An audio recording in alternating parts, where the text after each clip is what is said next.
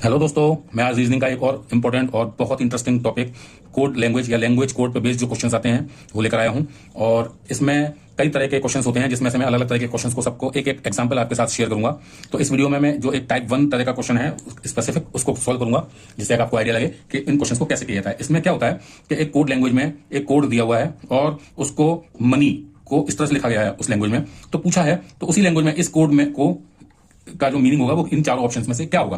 तो इस तरह के क्वेश्चंस में पहली बात ध्यान रखिएगा, जब भी लैंग्वेज कोड से रिलेटेड क्वेश्चंस आए तो आपको एक कीवर्ड याद रखना है और वो कीवर्ड है आपका EJOTY।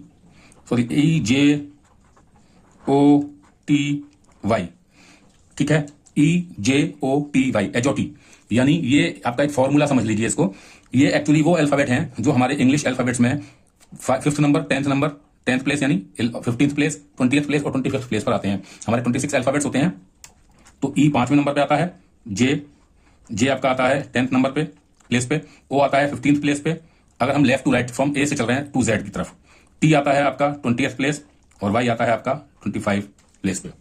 ये फॉर्मूला आपको रफली हेल्प करेगा इजीली कैलकुलेट करने के लिए प्लेस वैल्यू, प्लेस को अल्फाबेट के।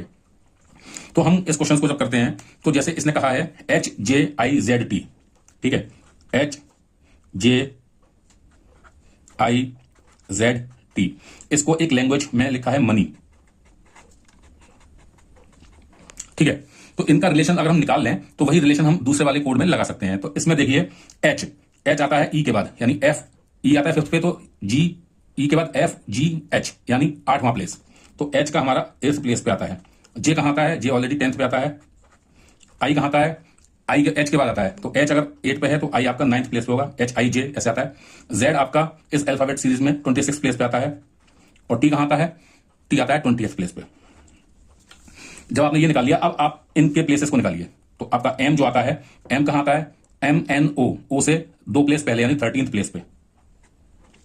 O आपका 15th प्लेस पे आता है, N आता है 14th प्लेस पे, E आता है आपका 5th प्लेस पे और Y आपका आता है 25th प्लेस पे।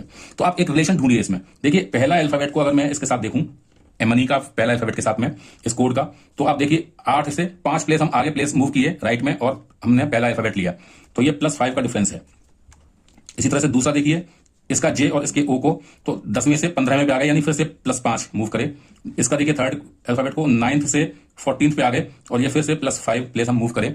इसी तरह से हम देख रहे हैं कि हम कोड लैंग्वेज का जो अल्फाबेट है उसके कॉरस्पॉन्डिंग प्लेस पे जो अल्फाबेट दिया हुआ है हमारे आंसर में, उसके साथ हम 5th प्लेस पे मतलब 5 प्लेस आगे कर रहे हैं। अब देखिए जैसे ये बड़ा इंटरेस्टिंग है, Z 26th प्लेस पर है, तो Z के बाद तो अल्फाबेट ही खत्म हो जाते हैं, यानी हम फिर से रिस्टार्ट करते हैं A से।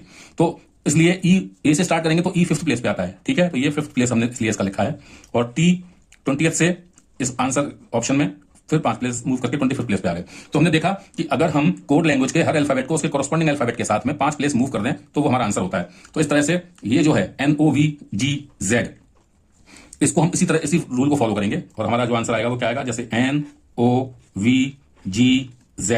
तो इसके कॉरस्पॉन्डिंग में 1 2 3 4 5 अल्फाबेट कौन से होंगे? N का प्लेस देखिए, O का प्लेस देखिए, V का देखिए, G का देखिए, Z का देखिए। तो Z हमें पता है 26 प्लेस पे आता है। G कहां आता है? G आता है E के बाद F और G यानी 7th प्लेस पे आता है। V कहां आता है? QRS TUV, T के बाद 2nd प्लेस यानी 22nd प्लेस पे आता है। O कहां आता है? 15th प्लेस पे आता है और N कहां आता है? MNO, O से जस्ट एक प्लेस पहले यानी 14th प्लेस पे। तो हम क्या करेंगे, N 14 पे है तो 19th प्लेस कौन सा होगा? T से एक पहले, तो QRST, S आ गया, तो इसका आंसर क्या आएगा? S।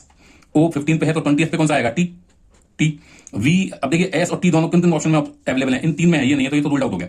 अब V को देखिए, V आपका क्या आता है? T के बाद QRST UV यानी 22nd पे, तो 27th पे कौन सा आएगा? 26 पे तो खत्म हो जाती है, तो 27th अगला प्लेस कौन सा होगा? यानी स्टार्ट से लेंगे तो A, तो STA, ये ध्यान रखिएगा। तो STA किस में आ रहा है? केवल इसी में आ रहा है और किसी में नहीं आ रहा है, इन दोनों में से किसी में नहीं आ रहा, तो हमारा करेक्ट आंसर ये है। तो इस तरह से आप डिकोड करके एक उनका एक पैटर्न को पता करेंगे, पहले फाइंड आउट करेंगे जो हमको गिवन क्वेश्चन है उसमें हिंट में, और उसको हम अप्लाई करेंगे अपने जो क्वेश्चन हमसे पूछा है सेम फॉर्मूले को, और हम इस तरह से आंसर निकालेंगे। आई होप ये आपको समझ में आया होगा। नहीं समझ में आता तो वीडियो को रिवाइंड करके देखिए और इस तरह के क्वेश्चन को आप इस तरह से बड़े आसानी से कर सकते हैं। ठीक है, ओके बाय, मिलता हूं नई वीडियो में।